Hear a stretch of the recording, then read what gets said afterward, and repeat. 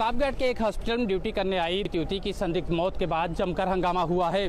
Police force के साथ SP साहब खुद ही मौजूद हैं यहाँ पर। एक बार मैं एसपी साहब से बात करने की कोशिश करूँगा कि क्या घटना हुई थी सर, और अभी स्थिति क्या है। देखिए, यहाँ पे स्थिति नियंत्रण में है, किसी तरह का कोई तनाव की कोई इशू नहीं है। और जैसा कि हमने बताया कि जो बच्ची अस्पताल में जिस अस्पताल में काम करती थी, उस अस्पताल और उसके कुछ कर्मचारियों पर परिजनों ने दुष्कर्म और हत्या का आरोप लगाया है। कितनी देर तक आपने जांच किया, हॉस्पिटल वाले क्या बताए? अभी कुछ लोगों को पूछताछ के लिए हिरासत में लिया गया है, जांच की कार्रवाई प्रचलित है, आपको जल्दी अपडेट किया जाएगा। सर, झड़प भी हुई है, सेव साहब भी घायल हुए हैं, और क्या कुछ जो ग्रामीण है उन्हें भी चोटें आई हैं? उसमें कुछ बाहरी तत्व थे, उनको चिन्हित किया जा रहा है, कुछ की पहचान हुई है, उन पे भी सख्त कार्रवाई की जाएगी। ये थे मेरे साथ प्रतापगढ़ के पुलिस अधीक्षक डॉक्टर अनिल कुमार, जिनका साफ तौर पर कहना है कि जो अराजक तत्व हैं उनके ऊपर कार्रवाई की जाएगी। बता दें कि प्रतापगढ़ के दुर्गागंज के एक हॉस्पिटल में एक युवती गुरुवार को शाम करीब 8 बजे ड्यूटी करने के लिए आई थी और 11 बजे रात को उसकी मौत हो गई। जिसके बाद हॉस्पिटल के कर्मचारी जब उसे उसके घर छोड़ने गए तो परिजनों ने रेप के बाद हत्या का आरोप लगाकर जमकर हंगामा काटा। करीब 12 घंटे से अधिक शव घर पर पड़ा रहा और शव को सड़क पर रखकर जाम लगा दिया गया। जिसके बाद पुलिसकर्मी मौके पहुंचे और 5 थानों की फोर्स के अलावा पीएससी भी घटनास्थल पर तैनात कर दी गई है। और इसके अलावा जो अराजक तत्व हैं उनको भी अब पुलिस के आला अफसर चिन्हित कर आवश्यक और विधिक कार्रवाई करने की बात कर रहे हैं। दरअसल पूरा मामला एक निजी क्लिनिक और हॉस्पिटल का है, जहां 23 साल की एक युवती नाइट ड्यूटी करने गई थी। रात 11 बजे उसकी मौत हो गई, जिसके बाद परिजनों ने रेप और हत्या का आरोप लगाया। ग्रामीणों ने प्रदर्शन किया और आरोपियों पर कार्रवाई की मांग की। पुलिस ने शव कब्जे में लेने की कोशिश की, लेकिन ग्रामीणों ने इसका विरोध किया। इस मामले में सीओ विनय प्रभाकर साहनी समेत कई पुलिसकर्मी घायल हो गए। गांव में तनाव को देखते हुए भारी पुलिस बल तैनात कर दिया गया है। मौके पर पहुंचे पुलिस अधीक्षक अनिल कुमार ने बताया कि घटना स्थल पर 5 जगहों पर पुलिस के अलावा पीएससी को तैनात कर दिया गया है और स्थिति नियंत्रण में है। कुछ अस्पताल के कर्मचारियों को हिरासत में लेकर उनसे पूछताछ की जा रही है और जांच के बाद विधिक कार्रवाई की जाएगी। जो बच्ची अस्पताल में जिस अस्पताल में काम करती थी, उस अस्पताल और उसके कुछ कर्मचारियों पर परिजनों ने दुष्कर्म और हत्या का आरोप लगाया है। उनका कहना है कि बच्ची घर से स्वस्थ आई थी और उसके बाद अस्पताल ने उनको सूचित किया कि बच्ची की तबीयत खराब है और उसके बाद शव को उनकी माताजी के साथ वो लोग घर पे ले गए।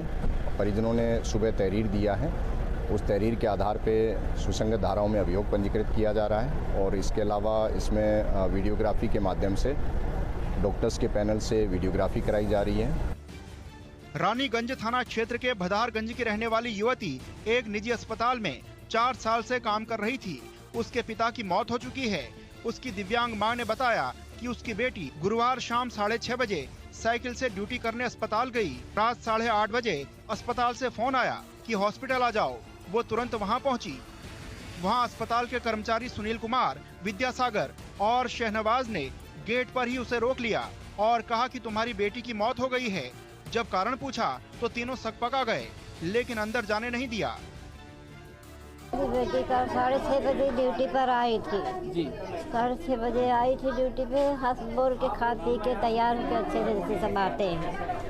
आई थी, जब यहाँ आई फिर उसके बाद 4 मरीज को ग्लूकोज लगाई, सुई लगाई, दवा दी।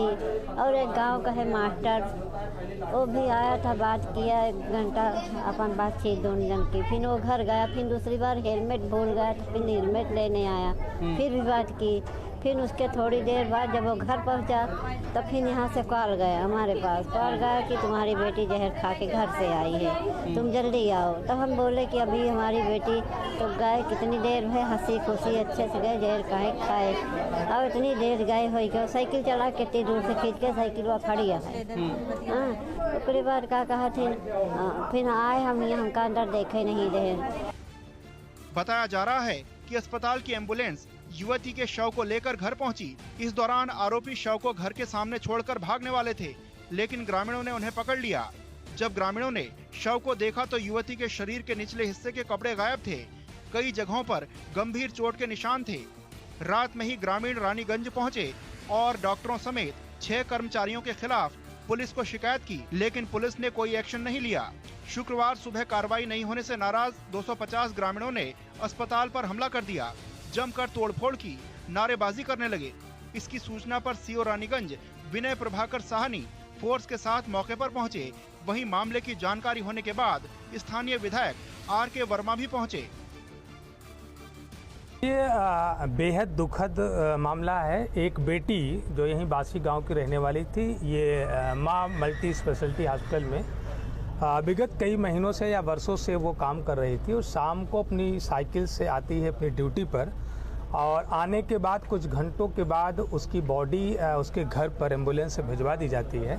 तो परिवार और गांव में कोहराम मच गया, क्या हो गया। तो परिवार के लोगों ने, गांव के लोगों ने देखा कि बेटी के शरीर पर कई तरह के चोट के निशान थे, कपड़े फटे हुए थे, उसके शरीर पर इंजेक्शन, शायद बेनफ्लाम लगा हो, इंजेक्शन लगा था। तो उनको तरह तरह की आशंकाएं हुई, तो उन्होंने अस्पताल से पूछना चाहा। तो अस्पताल से जब कोई सही जवाब नहीं दिया गया तो पूरे क्षेत्र में आक्रोश फैल गया। उसको लेकर के सुबह लोग यहाँ पर बॉडी लेकर के आ गए अस्पताल को। मेरी परिवार वालों से बात हुई, मैंने कहा कि आप लोग धैर्य बना करके रखना, कानून को हाथ में नहीं लेना।